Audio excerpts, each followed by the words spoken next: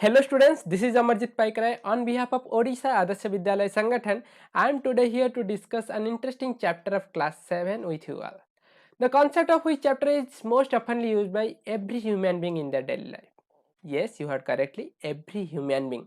Even you also use these concepts in your daily life unknowingly several times. So before moving to the name of the chapter, let's play a game. I know you all are fond of games.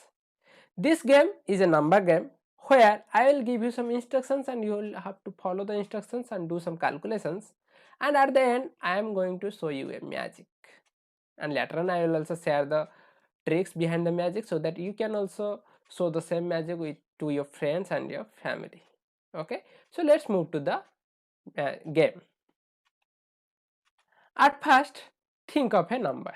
Okay, एक number तुम्हें सोचना है, एक छोटा number सोचो so that आगे जाके जितने भी कैलकुलेशंस है तुम्हें इजी लगे, otherwise you can take the help of a calculator. Okay, and सोच लो कि तुमने जो नंबर सोचा है उतने ही अमाउंट के मनी तुम्हारे पास है. Okay, if you have thought 40 तुम्हारे पास 40 रुपीज़ है, इफ़ यू हैव थॉट 50 तुम्हारे पास 50 रुपीज़ है. तुमने जो सोचा है नंबर उतने ही अमाउंट का मनी तुम्हारे पास है. Then what happened? Your friend came to you and gave the exact same amount of money to keep. Okay, तो फिर तुम्हारा दोस्त ने आया, तुमने जो नंबर सोचा था या फिर तुम्हारे पास जितना मनी है एग्जैक्टली सेम अमाउंट का मनी वो तुम्हें देता है तुम्हारे पास रखने के लिए. तो फिर तुम्हारे पास अभी कितना हो गया?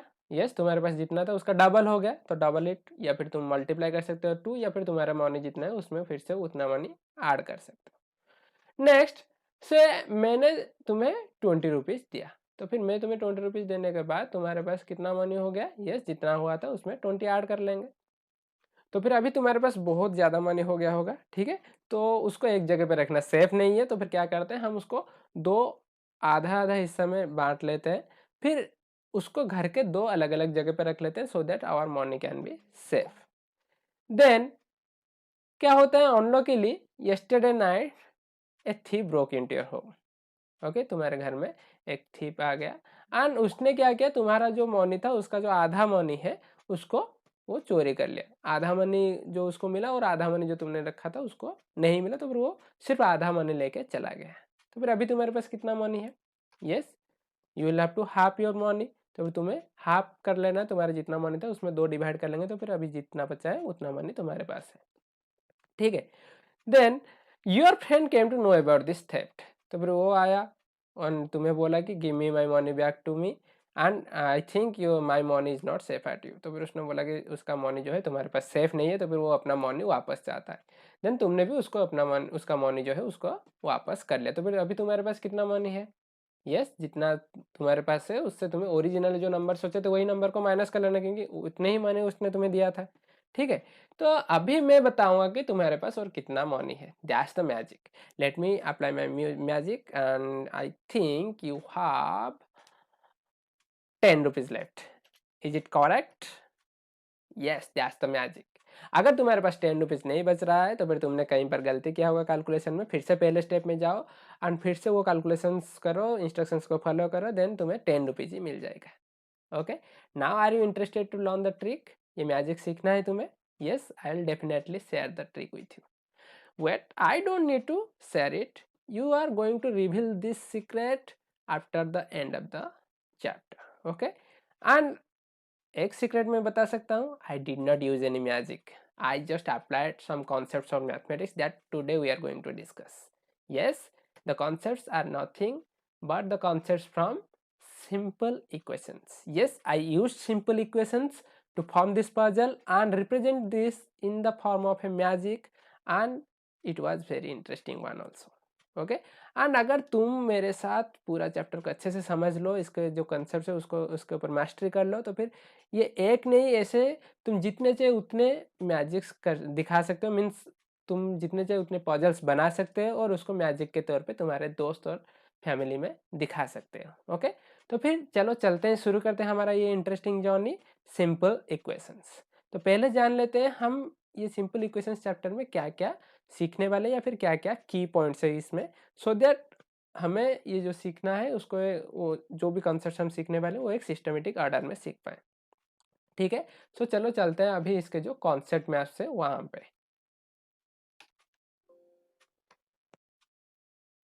So the concept map is like this. The first one is review of what we know. Okay, so class 6 में हम जो जो पढ़े थे उसको हम फिर से रिव्यू करेंगे. क्लास 6 में दो the name of the chapter was not simple equations but there was a chapter algebra. Okay, and algebra में जो जो कॉन्सेप्ट्स हम पढ़े थे वो सारे कॉन्सेप्ट्स ये जो सिंपल इक्वेशंस है उसके बेस है. उसको अगर अच्छे से समझ लेते हैं तो फिर ये सिंपल इक्वेशन के सारे कॉन्सेप्ट इजीली हम समझ सकते हैं. Okay, the next part is simple equation and its solution. Yes, in the first part whatever we'll review from class 6, वहाँ पे ये जो सिंपल इक्वेशन के बारे में पूरे डिटेल्स फंडामेंटल्स तो हम सीख लेंगे.